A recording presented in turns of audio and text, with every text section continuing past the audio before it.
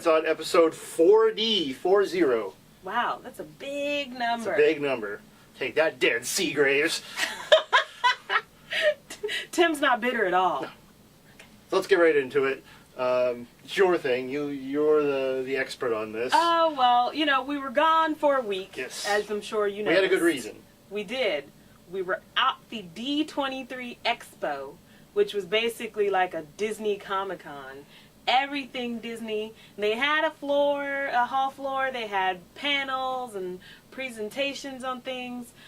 Probably the most important stuff for our purposes was the movie presentation by Walt Disney Studios, where they announced several of their upcoming projects and stars of their show, their movies. I'm sorry. John Travolta was there with his family. It was a really nice moment. Yeah, it was a really nice moment. And you were laughing during that movie, Old Dogs. Yeah, you know, when you hear about it on the surface, you're like, John Travolta and Robin Williams, you know, they play middle-aged guys, and, you know, kids show up, and then hilarity ensues. It sounds like one of those movies you're like, whatever. Mm. But they showed a scene, and it was funny. It was really funny, and I wasn't the only one. Like, the crowd was busting up. Yeah, that says something. You know, also Nicolas Cage was there with the Sorcerer's Apprentice, which looks pretty good. Which at least I didn't know, he based it off Fantasia. And yeah, the section of Fantasia where, you know, Mickey plays the Sorcerer's Apprentice, he basically takes that and they wanted to make it into a big movie. And like a real world sort of. Right. He plays the sorcerer. Jay Baruchel from Tropic Thunder plays the apprentice. So it looks... Alfred Molina plays the bad guy. Yeah, it looks pretty interesting. Yeah. Probably a movie that I would say changed our perception, Prince of Persia. Yes. Walking into it, I don't think I was expecting much, especially from Jake Gyllenhaal. And his controversial hair. Yeah. A little background. We were sitting there, and there's this Disney lady just passing out 3D glasses things, and we're just talking about Jake Gyllenhaal, and Stephanie's like, oh, his hair looks horrible. And he's like, I'm doing the best I can. And the lady is getting all mad at Stephanie. I'm like, no, we weren't talking to you, ma'am, no. And Stephanie's like, no, we were just talking about Jake Gyllenhaal hair. And she's like, oh yeah, that is bad. So we can all agree on that. But it's based on the video game, and... Yes, the mega popular video game. Sort of like Tomb Raider for guys, that's what I kind of think. There's a lot of jumping, and the movie looks pretty good. They said the special effects weren't completely done. They look kind of done to me. I don't know how they can get any better than they showed. But what it is this guy, he's a prince, he finds this dagger that can control time. So it shows like people attacking him, and he kind of freezes time, so they're like, you know, stuck in time.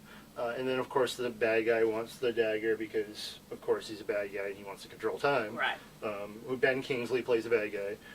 He plays a good bad guy. Yeah, so lots of CGI, lots of flying around and jumping and stuff. So. And, Gemma Arterton from Quantum of Solace plays the girl. It looks pretty good. You know, Jerry Bruckheimer presented it. Jerry Bruckheimer is going to be a busy guy. Yeah. Because he's doing very busy. He's doing Sorcerer's Apprentice. He's got all his TV shows, and he's got another project coming up, which we'll get to in a minute. But also, well, too, he's got the Lone Ranger too. They announced. Of course. Also, Tim Burton was there to present Alice in Wonderland, and Robert Zemeckis talked about the Christmas Carol. It's going to be the computer sort of motion capture with Jim Carrey playing, I guess, like 7 roles. 7 or 8 roles, they said. I think he's playing one role. Like as a child, an adult, and as like a senior citizen. Well, no, I think he's playing Scrooge at 4 different ages. Yeah. He's playing all the ghosts, and I think I heard he was playing Tiny Tim as well, which seems wow. Okay, but probably the biggest moment of the whole thing was at the end. The Yellow Submarine. Yeah, that was the big moment. Okay. That was the big moment when Robert Zemeckis announced that he was doing the Yellow Submarine. That was the big moment I was talking about. Yeah, just making sure. But besides that was probably the end. Rumors had been flying the whole morning that Johnny Depp was going to show up, and everybody's sort of excited about that. And then they do the Alice in Wonderland presentation, and he's not there, and it's just like, oh, I guess it was just a rumor.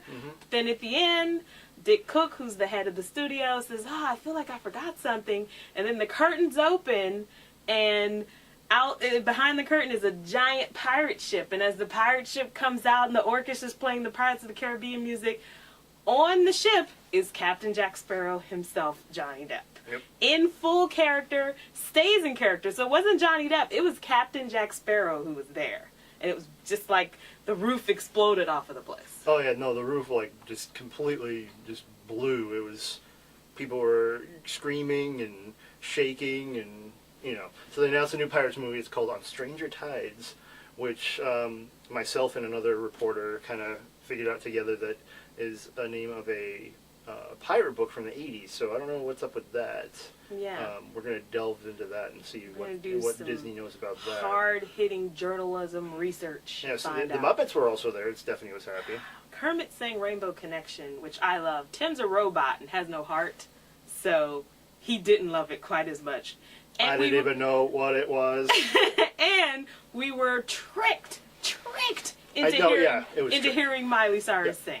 Completely fooled. It was like, come hear about our movies and see all these big stars, and then halfway through it's like, oh, here's Miley Cyrus to sing her hit song "The Climb," and we were like, what? Yeah, we were bamboozled. But it's a pretty good way to spend 4 days. It was all things Disney.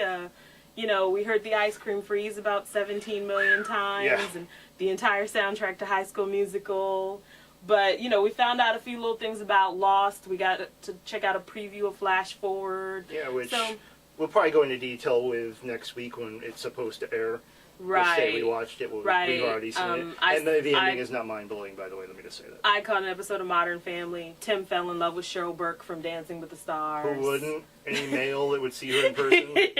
So, really? There's a lot to cover, and we covered some of it on the blog. Tim did some work for the Press Enterprise, so you can check out all of our information about Another thing we have here, too, is, we'll show you right now, they announced Star Wars 2, Star Tours. I always make that up. Yeah. So they don't want to announce Star Wars 2 again. Yeah. Star Tours 2, which will be coming out in 2011, I think. Yeah, Star Tours. Darth Vader commanded it. So. Yeah, Star Tours is going to close in October of 2010. And then they're going to revamp it, and it'll open in 2011. And so they gave us this B-roll footage, and so we'll show you right now some B-roll footage of what maybe part of the ride might look like.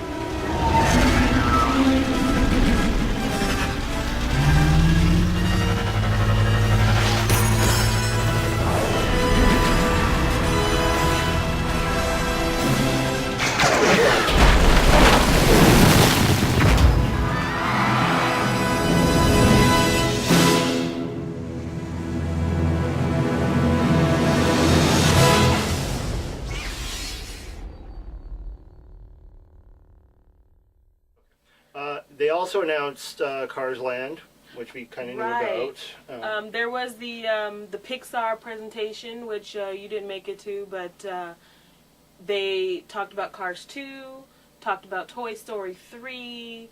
They are releasing Toy Story and Toy Story 2 in 3D, so we got to see a little bit of that. Announced that their next movie after Princess and the Frog is going to be Rapunzel, and we got to see a couple scenes from Rapunzel. Rapunzel will be voiced by Mandy Moore, and then I guess like the hero will be voiced by Zachary Levi from Chuck. That's good for him. Well, we also did get to see a half an hour of The Princess and the Frog. Right, which is a little not done. I mean, there were still some not colored parts. But the thing about it is it marks their return to hand-drawn animation. Yeah. And I feel like it's just a beautiful looking movie. It was fantastic looking, and it made me want to see it. It looks like it's going to be a great movie. I'm predicting it to be one of my new Disney favorites. And I think, you know, they have a real opportunity to do something with New Orleans Square and Disneyland that they could do with that movie. There are rumors, they couldn't go into specifics, but there were rumors about what they were going to have. They're going to have a lot of big stuff planned. And really, really, really quick, we got to interview John Lasseter at a news conference, and I got to ask the first question. Yeah. And I got to dispel Entertainment Weekly's big report about Ant-Man, which John Lasseter said was completely a rumor and he knew nothing about it. So, suck it, Entertainment Weekly. Tim Scoops Entertainment Weekly. Woo! I'm out.